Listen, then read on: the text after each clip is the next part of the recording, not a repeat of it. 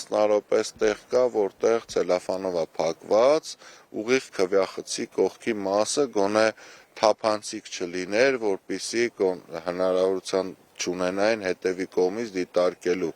Հանձնաժողովը վստահեցնում է, որ հետևի մասի մուտքը փակված է, բայց մենք ավելի մեզ ոնց որ հանգիստ կզգայինք, եթե դա այնպիսի նյութով պատված լիներ, որ որոշ ձև չթափանցեր։ Եղել է տեղեր, որ վարակույրն է, մի քիչ այս կողմ են կողմ եղել, մենք խնդրել ենք, հորդորել ենք, ուղղվել են այդ դեպքերում։